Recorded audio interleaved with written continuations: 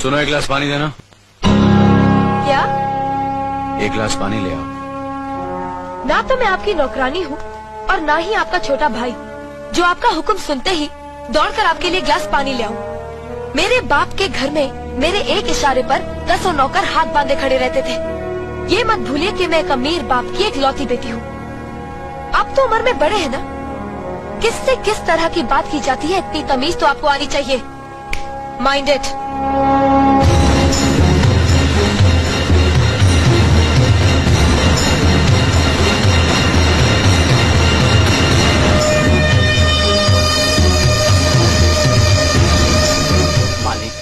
छोटी बहू की बात का बुरा मत मानना, नादान है, बच्ची है। गलती हमारी है मुनीम जी। हमने ऐसी लड़की को काम करने को कहा जिसे काम करने की आदत ही नहीं है। बड़े भैया पानी। नकुल, वो ट्रैक्टर रिपेयर करवा लिया ना? जी करवा दिया।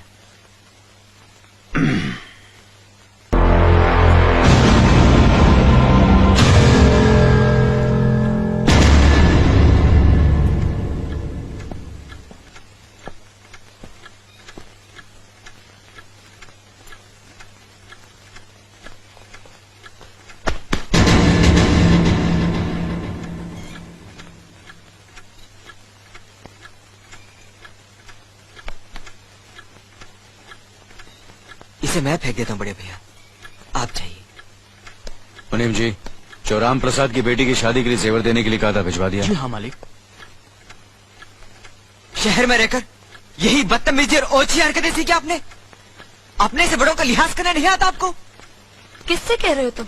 आपसे कह रहा हूँ। औरत पैदा हुई है तो औरत की तरह रहना सीखे। मीना। नकुल, तुम अंदर जाओ।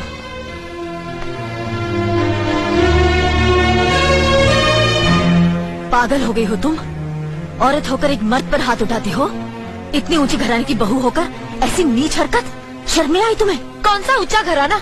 ये यहाँ सिर्फ एक आदमी राजा है और बाकी सब उसके गुलाम। मीना, चिल्लाइए मत। आप मेरी सास नहीं है। जिस तरह आप इस घर की बहू है वैसे मैं भी हूँ। बहू हो तो बहू की मर्यादा में रहो। मर्यादा की रस्सी में तो आप जैसी जाहिल और गवार औरतें बनती हैं। मुझ जैसी पढ़ी लिखी मॉडर्न जमाने की लड़की नहीं। Uneducated idiots. Excuse me. I am not an illiterate. I am a graduate from the University of Allahabad. I am aware of the modernization of women, but I have not forgotten my culture, my customs, my traditions and my values. And most of all, I never ever forget that I am an Indian woman. Modern जमाने की औरत भी औरत ही होती है। उसे भी मर्द ही ब्याह कर ले जाता है, मर्द को ब्याह कर वो नहीं ले जाती। जमाने ख्याल और लिबास बदल देते हैं, औरत के शरीर की बनावट नहीं।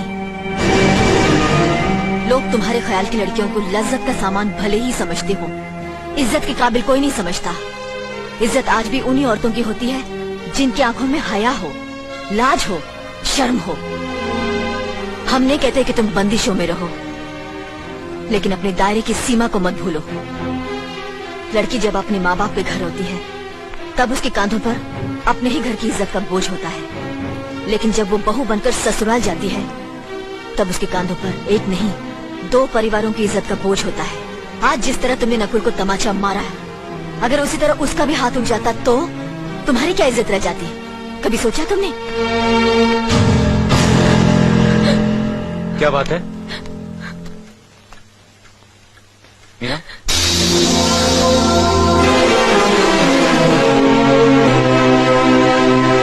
क्या हुआ भाभी?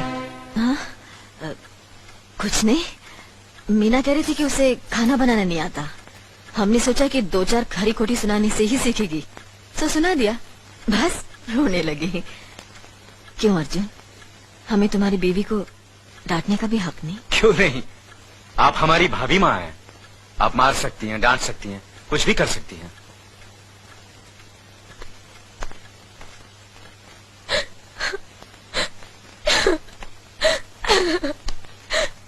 मैंने भूल की जो मैं इन लोगों के बीच आ गई। मेरी तो इस घर में कोई इज्जत ही नहीं है। जब देखो तो सब मेरी इंसल्ट करते रहते हैं। मैं कब से रो रही हूँ, तुम पूछ भी नहीं रहे हो कि मैं क्यों रो रही हूँ। बेकार हो रही है तो कौन पूछेगा? अच्छा, तो मैं तुम्हारे लिए और इस घर के लिए बेकार हो गई हूँ। अरे बेकार तो तुम हो गए अपने परिवार के बीच में रहकर। मैं कब से बोले जा रही हूँ और तुम हो के सुन ही नहीं रहे हो। इंसान की चीख सुनकर लोग शुभ अशुभ का विचार करते हैं, लेकिन जब मेंढकी को जुकाम होता है उसकी चीख की कोई परवाह नहीं करता। ये मत भूलो कि जब मेंढकी चिल्लाती है तो आंधी और तूफान आते हैं। आंधी और तूफान आएंगे तो उसका नतीजा तुम्हें ही भुगतना पड़ेगा। तो फिर ठीक है, अब मैं तुम्हारे साथ तब भी रहूंगी जब तुम मेरे साथ मेरे डैडी के घर रहोगे।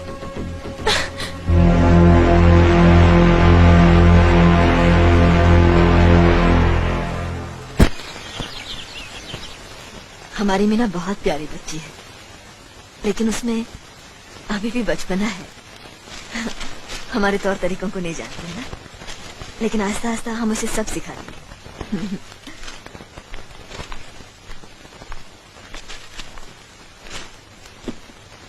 बड़े भैया, ये अपने घर जाना चाहती है। जाना भी चाहिए, 4-5 महीने हो गए, मायके की याद भी आती होगी इसे। और अर्जुन, तुम्हारे ससुर जी तुम्हें कई बार बुला चुके हैं, तुम भी कुछ दिनों के लिए हो आओ, तुम्हारा मन भी बहल जाएगा। अगर ये वापस लौटने के लिए जा रही होती तो मैं जरूर जाता, मगर ये तो हमेशा के लिए इस घर से जा रही है। कैसी बातें कर रहे हो?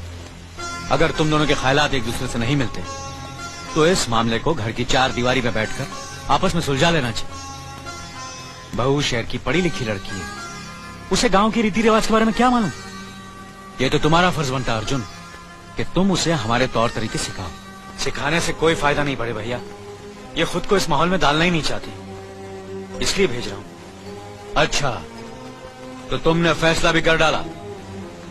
बड़े भैया, बात यह है कि मैंने मीना को, तुम बहुत समझदार भी हो गए हो ना, तो फिर तुम्हें इतना तो समझ लेना चाहिए, अगर बहू अपने आप को बदल नहीं पा रही है तो तुम बहू के मुताबिक बदल जाओ। आखिर वो तुम्हारी पत्नी है, उसका साथ देना तुम्हारा धर्म है। तुम्हारे भरोसे ही तो उसने अपनी सारी जिंदगी सौंप दी तुम्हें। अर्जुन, मेरे दर पर तुम तड़प उठोगे, तुम्हें तकलीफ होगी तो मैं रो दूंगा, क्योंकि हम दोनों एक ही मां की संतान हैं, खून का रिश्ता है हमारा। मगर पत्नी का नाता उससे कहीं ज्यादा गहरा होता है, क्योंकि वो पराये घर से आकर अपनों से कहीं ज्यादा अपनी हो जाती है, परछाई बन जाती है हमारी। पति शरीर है तो पत्नी उसकी आत्मा है। पत्नी ही पति के जीवन को सही अर्थ देती है, उसे कामयाब बनाती। पत्नी के बगैर पति बेजान और बेमाने हो जाते हैं। अगर आज तुम अपनी पत्नी को हमेशा के लिए उसके मायके छोड़ाओगे तो ये गांव, ये समाज क्या कहेगा हमारे बारे में? जरा सोचो अर्जुन, न्याय के सिंहासन पर बैठकर जो लोगों के अच्छे बुरे का फैसला करता है, अगर उसी के घर में नाइंसाफी होगी तो लोग हंसेंगे हम पर, किसी को मुंह दिखाने के काबिल नहीं रहेंगे हम। बड़े भैया, मुझसे भूल हो गई, मुझे माफ कर दीजिए। मुनीम जी। जी मालिक। जायदाद के दस्तावेज लाइए। जी अभी लाया। बहू, पति ही पत्नी की असली शक्ति होती है।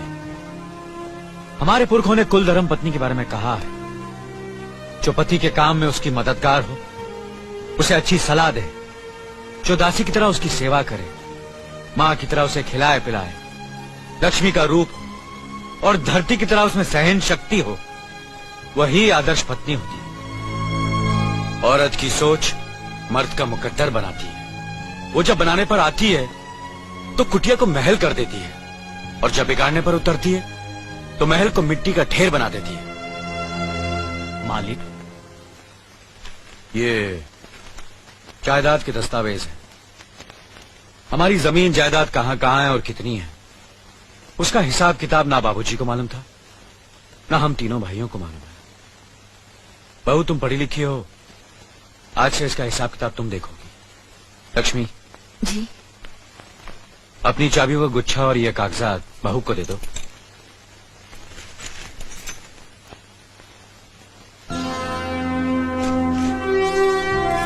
आज से तुम इस घर की मालकिन हो।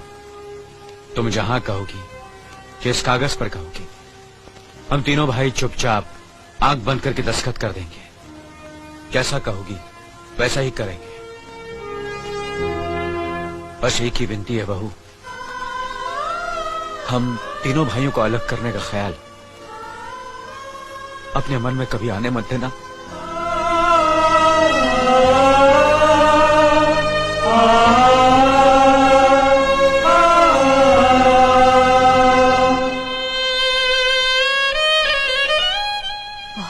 किया तुमने बहू, बहुत अच्छा किया। इनकी आंखों में आंसू देखने की हमने सपने में भी उम्मीद नहीं की थी, लेकिन तुमने हमें दिखा दिया। बहुत अच्छा किया तुमने, बहुत अच्छा किया।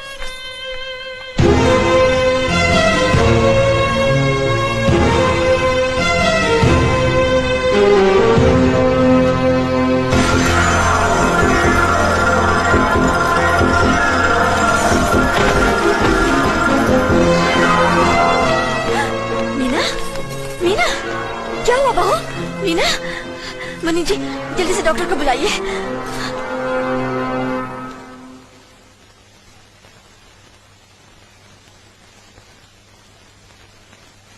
घबराने की कोई बात नहीं, ये माँ बनने वाली है।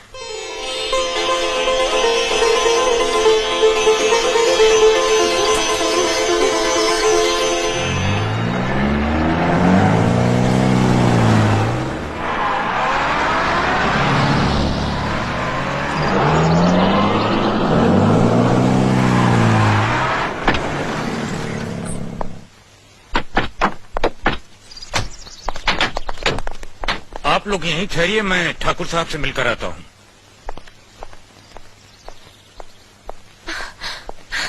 डैडी, डैडी, कैसी हो बेटी? What a pleasant surprise. आने की खबर भी नहीं की।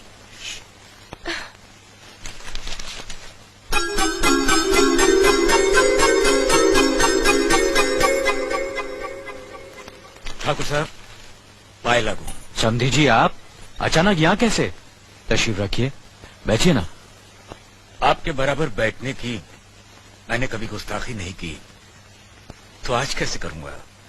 बहुत दिनों बाद हम लोग मिल रहे हैं। कहिए, आपका कारोबार कैसे चल रहा है? आपकी कृपा और आशीर्वाद से ठीक ही चल रहा है। दिल्ली में इंडस्ट्रीज मिनिस्टर के साथ कब की अपॉइंटमेंट ली है? कल सुबह 11 बजे सर।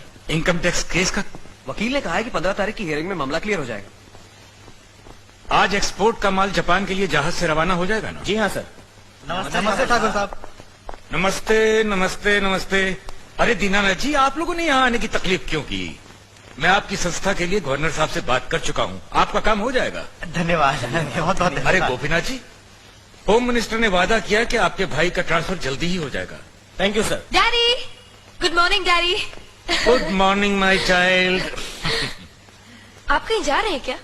हाँ बेटी, एक जरूरी काम से दिल्ली जा रहा हूँ, अपना ख्याल रखना। ओके। Okay, bye. पास में ही फैक्ट्री के लिए जमीन देखने आया था, सोचा आपके दर्शन करता चलूं। अब इजाजत दीजिए। इतनी जल्दी कैसे जा सकते हैं आप? भोजन तो करते जाइए। माफ कीजिए, आप तो जानते ही हैं, बाप बेटी के घर का खाना तो क्या, पानी भी नहीं पी सकता। शहर में रहकर भी अभी भी आप इन बातों को मानते हैं? शहर में रहूं या गांव में, मैं अपनी परंपरा और संस्कार कैसे भूल सकता हूँ?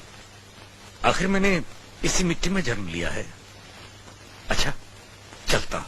अजी, कम से कम बेटी से मिलकर उसकी कुशलता तो पूछ लीजिए। ये क्या कह रहे हैं आप?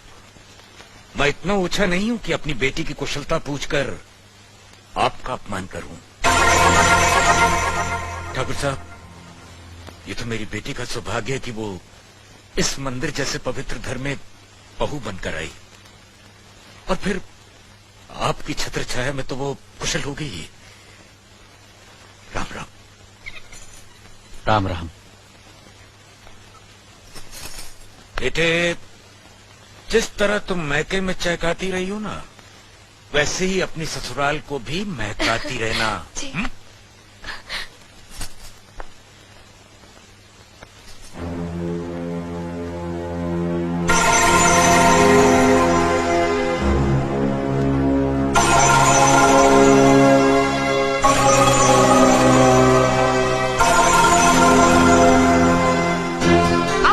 बड़े हैं ना, किससे किस तरह की बात की जाती है, इतनी तमीज तो आपको आनी चाहिए। Minded, minded, minded, minded, minded. बड़े भैया, मुझे माफ कर दीजिए। क्या हुआ? मुझे माफ कर दीजिए। ये क्या कर रही हो? अपने पापों का प्रायश्चित कर रही हूँ। मैंने आप जैसे देवता का अपमान किया है, आपका दिल दुखा है, मुझे माफ कर दीजिए बड़े भैया, मुझे माफ कर दीजिए, मुझे माफ कर दीजिए। लक्ष्मी, मुझे माफ कर दीजिए बड़े भैया।